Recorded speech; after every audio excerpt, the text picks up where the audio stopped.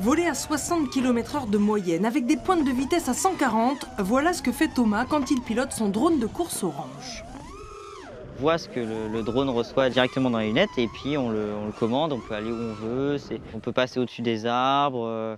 Là, justement sur les circuits, on passe les obstacles, on rase le sol. C'est vraiment plein de sensations et puis ça procure de l'adrénaline aussi, en course, en compétition surtout. Le but en compétition précisément, c'est de franchir le plus vite possible portes et virages. 1,5 km en 1 minute 30, tel est le rythme de croisière. Si l'engin tape un obstacle, c'est éliminatoire. Je suis arrivé trop vite et du coup j'ai pas réussi à anticiper cette gate là et je me la suis prise.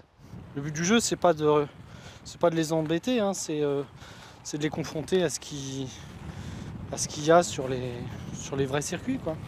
C'est Frédéric qui dessine les circuits d'entraînement pour son fils. Il veille aussi sur le stock de matériel. Faut mieux en mettre 2. C'est pas la bonne. 2 sponsors ont beau financer en grande partie les 9 000 € annuels consacrés aux hélices, moteurs et autres caméras, l'adolescent a intérêt de savoir réparer.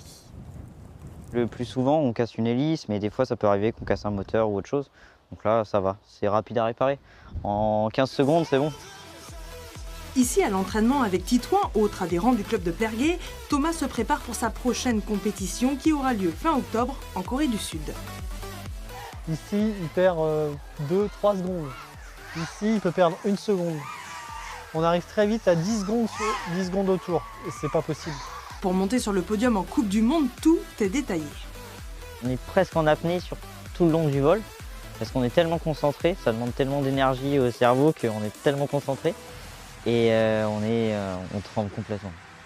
Une nouvelle forme de pilotage particulièrement musclée dont on n'a pas fini de parler.